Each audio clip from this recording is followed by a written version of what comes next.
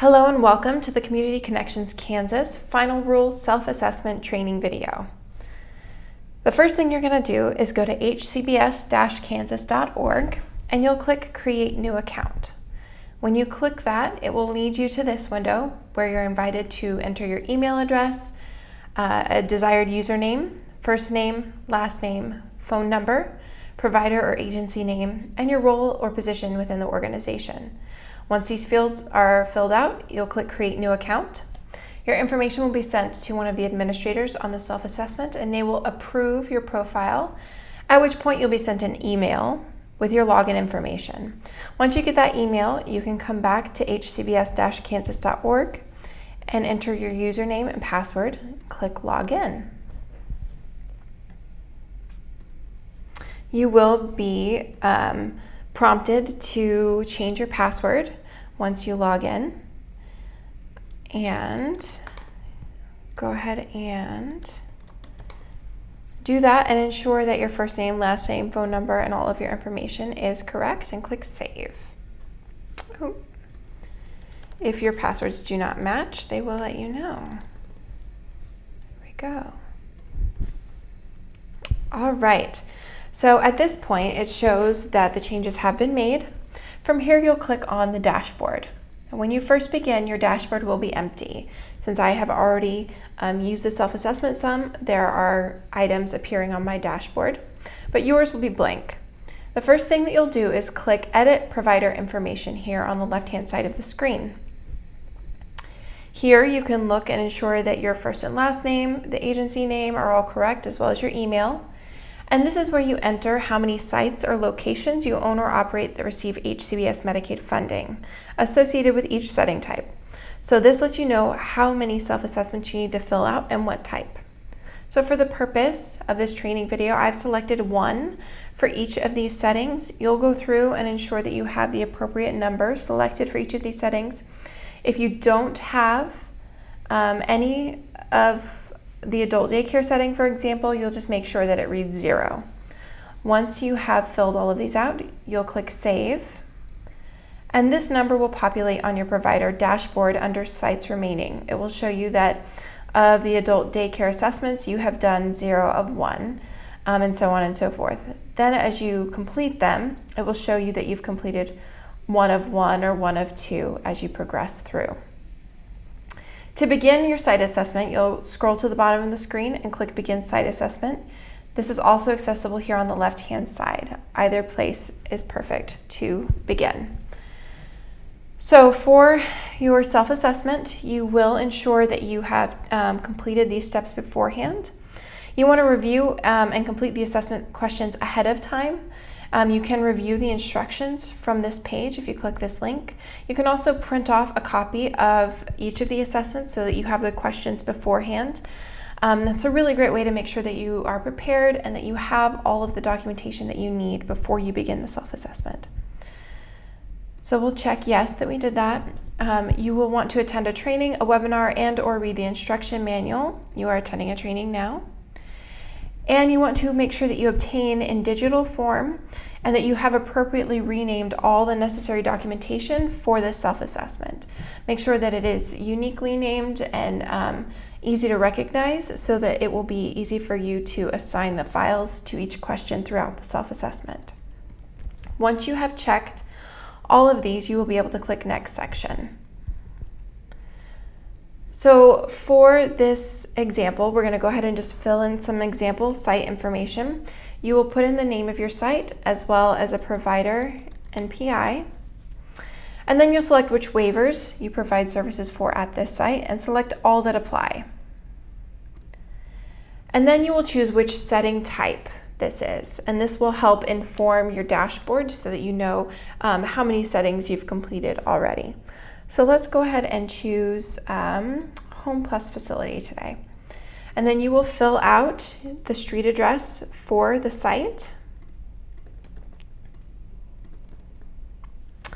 as well as the current number of persons served at this site and the current number of persons served at the site receiving HCBS Medicaid funding.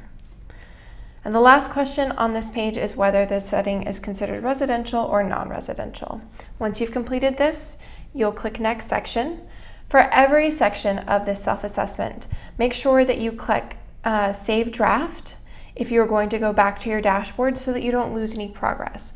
When you click Next Section, it also saves the page. So as you progress through and click Next Section, it automatically saves. If you're going to go back to a previous step or to the dashboard, make sure you click Save Draft before you do so. Section B is where you upload all of the documentation that you'll use throughout the self-assessment. It's divided into categories, and you can upload as many documents as you need. To upload documents, you simply click Browse under the category that you want the document to go under, and you will choose the document and click Open or Upload, and it will upload the file for you. You'll see the name will appear here as well as a checkbox. If you made a mistake or you want to delete something, you can check and click Remove Selected. So for this training video, I'm just going to upload one other document, just so we have them here. And you can see that it divides it by the topic that I uploaded the document under. So once you have uploaded all of the documentation that you want to use, you're going to either click Save Draft or Next Section. And this is where the self-assessment really begins. For each of these questions, they are yes or no answers. If your answer requires documentation, the self-assessment will prompt you to choose a document that corresponds with that question. For example, is this site located in or attached to a building that also provides inpatient institutional treatment? I'm going to select no, and it's going to prompt me to assign documentation to this, and it suggests documentation types. So if you're uncertain what kind of documentation can help answer this question, it does give you some examples and suggestions. So when you are prompted to attach documentation to a question, on the right-hand side, this menu will open of all of the documentation that you uploaded. It lists the category, as well as all of the documentation you uploaded under each of those categories. So you can easily find the documentation that you're looking for. Once you find the documentation you want associated with this question, you will click the checkbox and then click Done. And then it shows up here next to your answer along with the name of the documentation. So you can see that naming the documentation appropriately will really help this process go easily for you. If you accidentally associate the wrong document with it, you just click Edit Files, and you can unclick and choose a different piece of documentation to go with it. So we're going to go ahead and just answer these questions so that we can continue through the assessment so that you know how each step of this process functions. Remember always to make sure that you save the draft or click Next Section. All right, I'm going to show you an example of what happens when you need documentation, but say you forgot to upload the proper documentation, maybe you can't find something. So if I am looking for this documentation, I hadn't found it yet, I can click Save Draft. And it's going to remind me that I need to choose files to document these questions. And it highlights the questions that need documentation that don't have documentation. So I can click Cancel and go back to the page and choose documentation if I forgot to do so. Or I can click Save Draft and click OK. So this is saved. I've clicked OK, and it's going to take me back to the first step of the site self-assessment. But it did save my progress. So if I forgot which section or which documentation to upload, all that I need to do is click Next Section until I get to number 3 again, and it saved my progress. So all the documentation that I uploaded already is still there, but I can go back in and upload more documentation as I need to. And then I'll just click Next Section to get back to where I was so that I can continue the assessment. So for this, we want to make sure that we've answered all of these. I'm going to answer so that I don't need documentation, so it will let me progress through this. And once they're all answered accurately, we'll hit Next Section. It does remind me that I need one or more files, so I'm going to click cancel. And I'm going to go back to my question here and click on it. And then it will suggest documentation types, and I will select and click done. And it will associate my document with this question. Then I will hit next section again, and it's going to let me progress to the next section since all of the questions are answered and documented appropriately. So let's go through here and just show you an example. Say you're doing this and you know the answer, but you don't have the documentation on hand right now, but you want to make sure that you've started this and come back and upload the right documentation. You can hit next section. It's going to say you need to remember to document these things. I'll click OK, and it will let me go to the next section. I just have to remember to upload the proper documentation, and it will remind me when I'm in the review and a test window to upload the appropriate documentation for those. I'm going to answer the questions here so that we don't need documentation, and hit next section.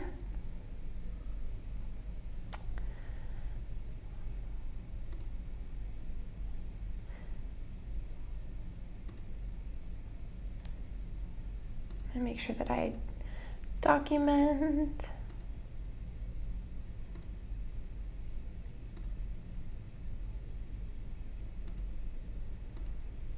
All right, we're going to click, this is the final section, so instead of saying next section, it says proceed to review. So I'm going to go ahead and click that.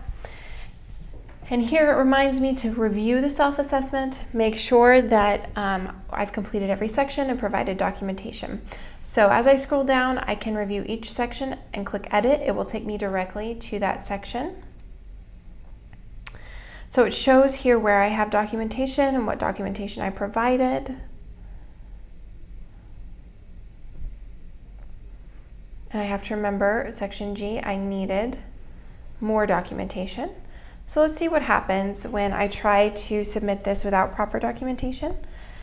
First, you'll notice that the Attest and Complete button is not live. What I have to do first is just check this box that says I have reviewed and do a test. So that's just safety built in so it's not accidentally completed. Once I have done that and reviewed all of this, I can click Attest and Complete. All right, since I didn't have the proper documentation, it does take me here and says, reminder, you need documentation for these questions. Please review. So then I would just scroll down and go to section G and click edit. And I can go back in here and just click on the question and choose documentation to go with it.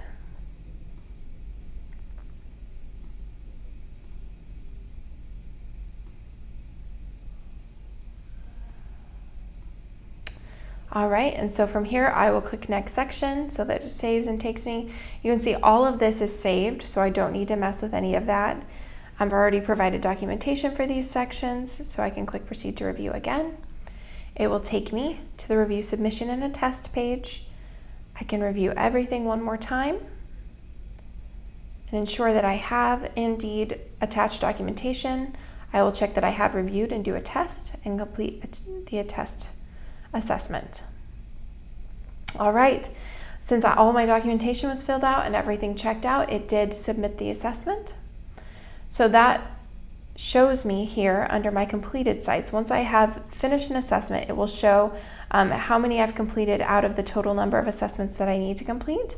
And then it will show the printable site assessment PDFs that I filled out. It also shows partially completed assessments. So if at any point you get to a page in your assessment and you click Save Draft and you have to come back to it, those will show up here. To continue your assessment, you just click Continue. It will always, it will take you back to the page that you left off at. And you can always click Save Draft at any point and go back to the dashboard. I'm going to click Save Draft.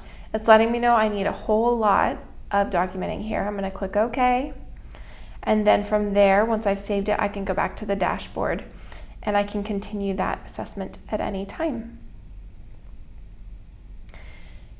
If you have any questions, please don't hesitate to contact us. You can visit communityconnectionsks.org and live chat with someone. or you can email us at hcbs.team@wichita.edu if you have questions about the self-assessment tool, or if you have questions about the content or how to answer a question, you can email kdads.finalrule@ks.gov.